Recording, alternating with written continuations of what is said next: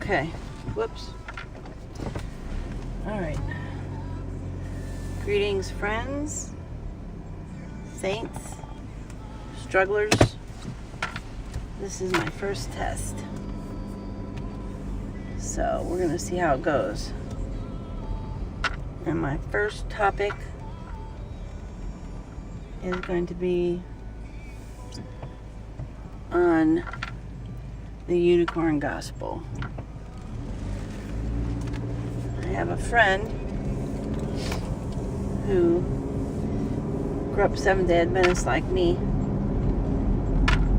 and she ran away from the church like me,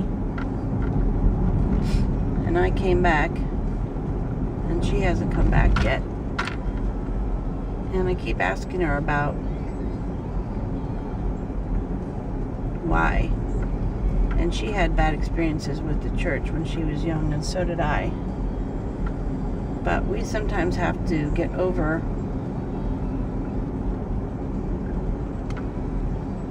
using what other people do to us as an excuse to do the right thing. And I was talking to her about Sabbath, and she keeps telling me that she hasn't been convicted of the Sabbath, and that Jesus died on the cross and it's all about grace and so on. And he did die on the cross, and he does give us grace, but he still expects us to do what he asks us to do. And so I wrote her a couple letters, real letters, like old school, with a pen and paper, put it in an envelope with a stamp, mailed it. I think it was like 17 pages, because as soon as I start writing, I just can't stop. There's so much to say, and oh, that's sad. That's a deer.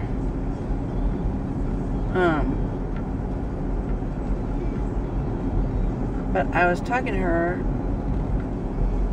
trying to figure out why. What the heck is going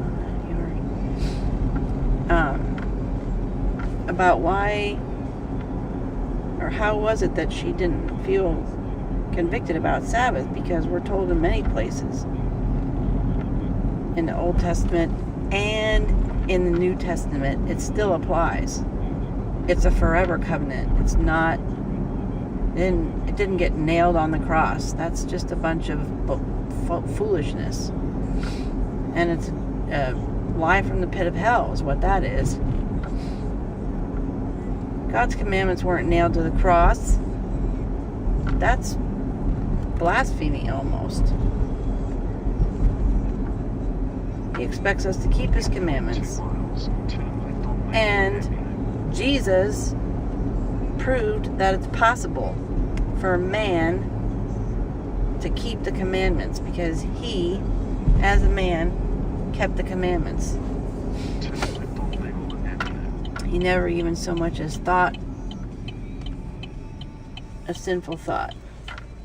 Now, he spent boatloads of time in prayer. How many people do that? 0. Including me, even though I'm trying to be better about it. Continue 0.4 miles. I'm not getting up at 3 in the morning and going out into the wilderness and praying for 3 hours before I have breakfast, and then doing the same thing in the evening, or doing the same thing whenever I have a problem in the day. During the day, I mean, sometimes I breathe a prayer, or I talk to God when I'm in the car and such, but I don't spend that kind of time. And I would bet there's probably about 0 that spend that kind of time, if people were honest with themselves.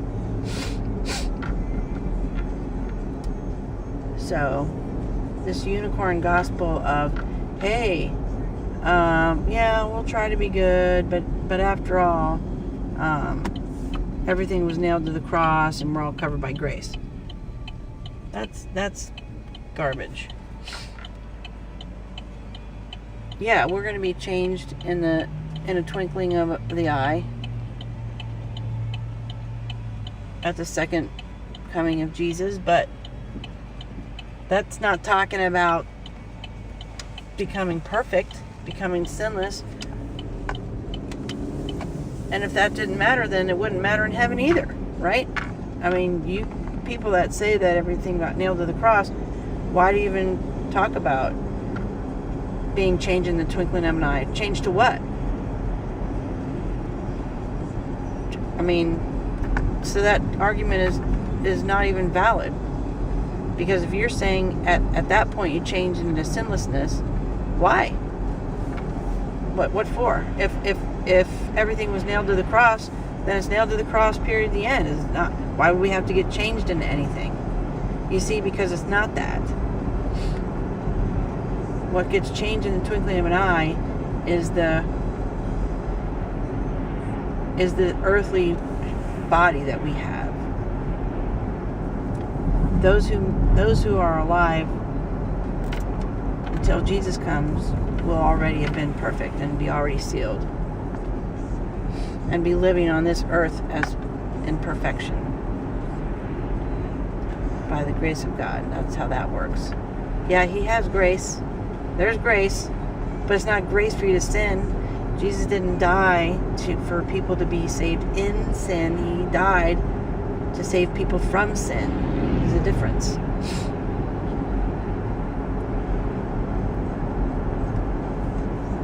And so many people are being fooled by this lie from the devil that you can be and do whatever you want and not have to worry about it, because you think that Jesus came down to this earth as a human, a man, to be disdained and shunned and spit upon and have his beard ripped out from his face and cut with whips and hung on the cross so you could do whatever you want to do? That's disgusting, actually, to think about it that way. So, in any case, this is my first trial statement. I don't have much organized in my thoughts, so I'll probably just leave it short for now. But Jesus is coming soon, people. I'm going to be laying it out. Jesus is coming soon. Are you ready? Are you sure?